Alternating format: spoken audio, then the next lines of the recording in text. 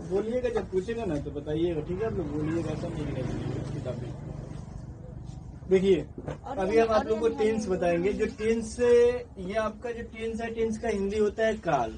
इसमें हमको present imperfect tense लिखवा दी थी, जिसमें पहला दूसरा टेंस था। दूसरा टेंस में हम लोग क्या होता है कि रहा रही लगा रहता है अंत में, उसे ही प्रेजेंट इम्परफेक्ट टेंस भी कहा जाता है। अब उसी में का निगेटिव सेंटेंस आपको लिखवा दिया गया है, निगेटिव सेंटेंस लिखवा दिया गया है।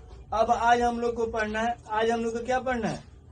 इंट्रोगेटिव सेंटेंस, यानी सकारात्मक।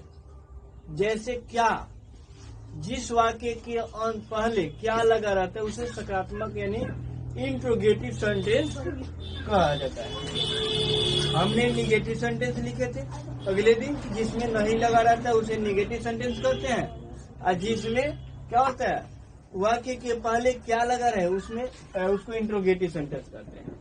आज हम लोग को वही चीज पढ़ना है, इंट्रोगेटिव सेंटेंस, यानी जिस वाक्य के पहले क्या का बोध हो उसे इंट्रोगेटिव सेंटेंस कहते हैं। हम लोग को लिखना पड़ेगा भाषा। लिखिए, बोल रहे हैं उसे लिखो।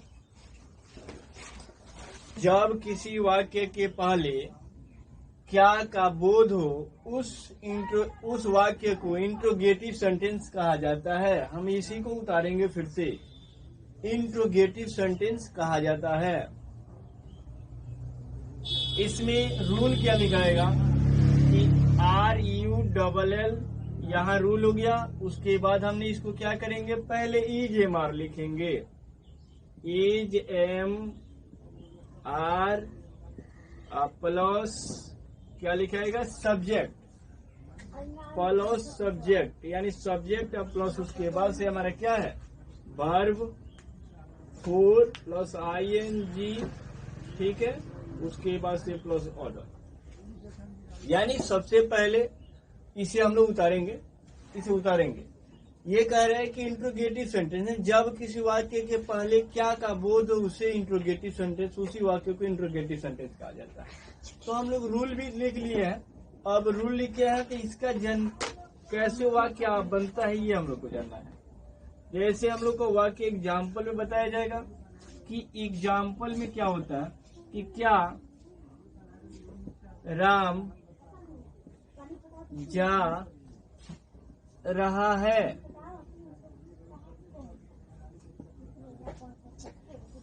इस प्रकार से वाक्य हमारा मिलेगा। कभी भी पढ़ने के लिए मिलेंगे इंट्रोगेटिव सेंटेंस, तो इसमें प्रेजेंट परफेक्ट टेंस है, यानी जब किसी वाक्य के पहले क्या लगा रहता है। देखिए ये वाक्य है, ये सबसे पहले क्या यहाँ लगा है, तो यानी हमारे कहने का मतलब हो गया कि सबसे पहले वाक्य में एक क्या लगा रहेगा, तो इसको क्या बनाएंगे, कैसे बनेगा। देखिए पहले क्या, तो यानी पहले इसका मैंने लिखेंगे। देखिए इसमें रूल है, ये तीनों में से सबसे पहले क्या लगाएंगे, ये तीनों में से कौन लगेगा, इज। बोलिए क्या लिखेंगे, इज लगेगा, इज लगेगा। यहाँ पे हम सबसे पहले इज लगाएंगे। क्यों लगाएंगे, पहले सब्जेक्ट नहीं लिखाएगा आप पहले, क्योंकि इंट्रोगेटिव सेंटेंस पढ़ रहे हैं। इंट्रोगेटिव सेंटेंस में सबसे पहले रूल का काम होता है। तो रूल हमारा है यहाँ पर है और सब्जेक्ट राम है, तो इसमें भी पहचान करना है कि एक वचन में है कि बहुवचन। तो हमने देखा कि एक वचन है, तो इसमें क्या लगेगा, तीनों में से कौन लगेगा, इज का प्रयोग होगा। ठीक है, हमने यहाँ इज लिख देंगे। अब हमारा इज के बाद जब ये तीनों में से लगा दिए तो प्लस क्या करे, सब्जेक्ट। क्या करे, सब्जेक्ट। सब्जेक्ट, तो सब्जेक्ट क्या है, राम, तो इसे लिखेंगे राम। ठीक है, यहाँ पे लिखेंगे राम। अब राम के बाद क्या कह रहे, सब्जेक्ट के बाद वर्ब, यानी क्रिया, काम क्या है, जाना, यही है ना। तो क्या लिखेंगे, जाना का क्या होता है, गो होता है, और वर्ब 4 लगा देंगे तो क्या हो जाएगा, ING जुड़ जाएगा, नहीं गोइंग। इस प्रकार से सॉल्व होता है इंट्रोगेटिव सेंटेंस। इसी वाक्य को इंट्रोगेटिव सेंटेंस कहा जाता है। यानी हमने इंट्रोगेटिव सेंटेंस के बारे में जान गए। हमें आपको अभी भी कल भी बताए थे कि जितनी भी टेंस पढ़िएगा उस सब में इंट्रोगेटिव निगेटिव पढ़ने को मिलेगा, लेकिन अलग अलग तरीके से मिलेंगे। तो इस प्रकार से हमने प्रेजेंट इम्परफेक्ट टेंस का जो इंट्रोगेटिव सेंटेंस था उससे आज हम लोग जानकारी लिए। और इसे देखिए, इसे किस प्रकार से बनाना है, यहाँ पर रूल भी लिखा दिया है और इसका एग्जाम्पल भी बना के दिखा दिया है। अब आप बनाइए इसे, जो वाक्य बोलेंगे। ठीक है।